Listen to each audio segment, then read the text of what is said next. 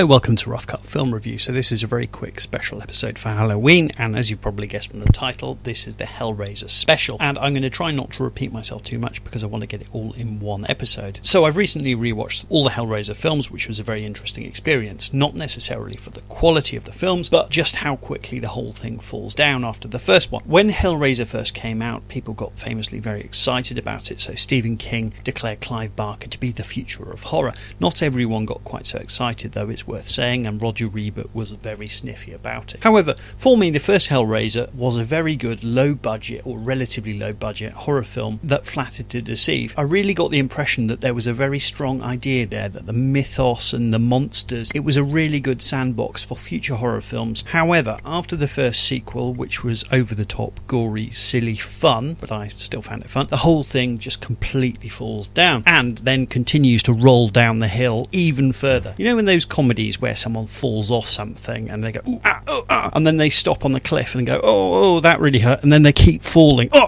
That's pretty much what's happened with all the sequels to this. So after the second one, which was a bit of fun, we got a procession of similar films with similar themes, with some ridiculous gimmicks. So one of them is set on a space station, but inexplicably then flashes back to the 19th century, and the whole thing is a confused mess. Unfortunately, some of the later films felt like they needed to justify their existence by filling in backstory, and they weren't trying to be a fun horror film. So as such, they're shedding more and more light with each film onto the monster, and the more we can see the monster, the less scary and less interesting it is. I still maintain that if Hellraiser had actually stuck to its initial premise, I know it's called Hellraiser, but that really wasn't the point of the first one. The box is a metaphor, the puzzle box is a metaphor for exploring the dark and very sexual side of one's nature that is basically opening Pandora's box and unleashing these dark forces that are held within us. That, to me, has really interesting potential, and it's a very old idea, but in itself, it is not really anything. So the problem is, and where it really falls down, is to this premise, and it's nothing more than a premise. In the sequels, they come up with a really weak story with really weak characters, and then put that within the greater context of the box. So we end up with, in almost all the films, particularly the early ones, we got one male character who was a complete jerk, and then in later ones they try to readdress that and go, okay, well, let's have a female strong character who then turned out to be a jerk as well. The leading actors and actresses are at best television actors, and at worst absolutely not an actor at all, and I particularly note the last one for that. It was horrific. It was like watching a car crash, but not in a good way. For me, everyone from the cinematographer to the makeup person try their level best to make things as televisual as possible. Televisual seems to be the very low bar that they're gunning for, and more often than not they even fail to hit that, and even the low hanging fruit which this franchise should be at the bare minimum getting is rotting on the branches. Bad acting, bad script, unlikable characters, clunky dialogue, and little understanding of horror, dramatic tension, or anything else that makes a good horror story are prevalent here. And anyone that considers themselves a Hellraiser fan, and I don't just mean the first couple because they were pretty good, I really would like you to get in touch with me because I'd be interested to what you have to say. But I think in terms of fans, if there are any, they've got to be some of the worst serviced in horror. They've been so poorly served by these films. Boring and dull are words I'd associate with almost all of the films, particularly the sequels, and for a horror film, for me, to be boring and dull is worse than being bad, because there's fun to be had in bad. There's very little fun to be had here. The second to last one, Hellworld, was an incredibly feeble attempt to catch up with contemporary horror. It's a bit like watching the Bond films and seeing how they very late tried to catch up with things, and it's sort of a bit embarrassing, you know, when they brought in Roger Moore to make it a bit more contemporary. Well, they've done the same thing here, really. So they've gone, oh, well, okay, well, I've seen the Saw film, there was a twist in that. Okay, well, let's put a twist in this film. No, doesn't work. And then the last one, Revelations, which I hate, by the way. The Revelations is the worst. It starts off like a found footage film, but then they sort of go, oh, actually, that's a bit rubbish, isn't it? Well, let's get rid of that and go back to televisual, because they didn't have a good idea. They realised maybe that was a bad idea, but they didn't have anything good to replace it with. And that is basically a remake of the first one, and we're all still supposed to be surprised at the twist that,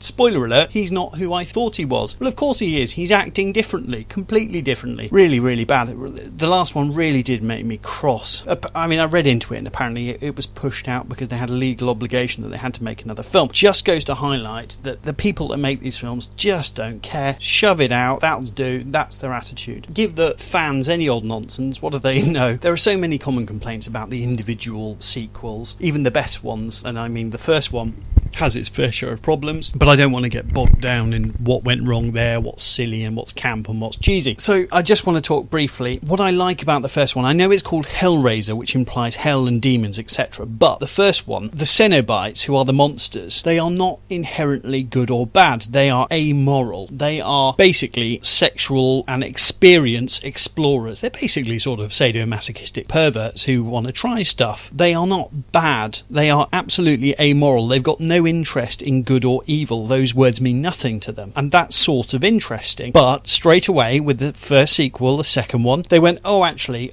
we did call it Hellraiser, didn't we? Okay, they're demons, they're evil demons, and they are actually evil, and they want to rip your soul apart or swallow your soul, or one of those cliches. We better make them bad. It'll be a lot easier, a lot less thought will have to go into the individual stories, and then it all falls down. It's interesting to see how they try to recover the terrible situation regarding the sexual politics, but that's all really pathetic. I mean, for example, the third one, man lures sexy women back to his place to have sex with them, the women love it, and then the women get sort of eaten by the monsters. They try to readdress that, but it's all rather nasty and ghastly and stinky. They throw in, they sort of go, female reporter, yeah, that'll do as a protagonist, but then they turn out to be just as jerky as the men, really. Even the titles of the films are really, really derivative. So they are, after Hellraiser, we've got Hellbound, Hell on Earth, Bloodline, Inferno, Hellseeker, Deader, Hellworld, and Revelations. Things aren't helped by the fact that the Cenobites are frequently changed, so as I said, they start off amoral. That's where they're interesting, but then basically they become evil. And the inconsistency in their actions gets very frustrating when you watch a couple of them back to back. It's lazy writing, cared with little care or imagination. Frankly, once it started to become more generic, which it did very quickly, they should have just let the thing die, because there was nothing interesting left there. There was a poster of Pinhead, and that's it, and that is not enough. I actually got really cross toward the end of Revelations because it is just such an obnoxiously bad film. It's not scary, it's not frightening, it's not abhorrently disgusting, it's just an abhorrently nasty, cynical film with terrible acting, terrible plot. It's just the pits, it really is, but mean-spirited as well. It's not fun. Pinhead is so iconic in terms of brand recognition. He's up there with Freddy and Jason, Mike Myers and the rest of them, but in terms of the quality, the delivery, even though those franchises were very up and down, this just doesn't have the quality to back that up, and actually the finances say the same. So for example, the Hellraiser films that made it to the cinema, apparently they've made $84 million. Compare that to A Nightmare on Elm Street's $614 million. It's nowhere near. I know Clive Barker left after the first, I think it was the 3 films, it was something like that, but they just carried on because obviously he'd sold the rights. After the first one, arguably 2, there was nothing here. It really did flatter to deceive, to give me the idea that there was an interesting concept here, because there really wasn't, and it's very derivative of very ancient horror stories or mythologies, etc., etc. So, Hellraiser films, some of them are good for a laugh in terms of just how silly they are, gory deaths, etc., etc. If you get your friends around for a beer, you might have a bit of a laugh, but more often than not, they're just mean-spirited, boring, bland, televisual, at best films. Kind regards, Christopher Thomas.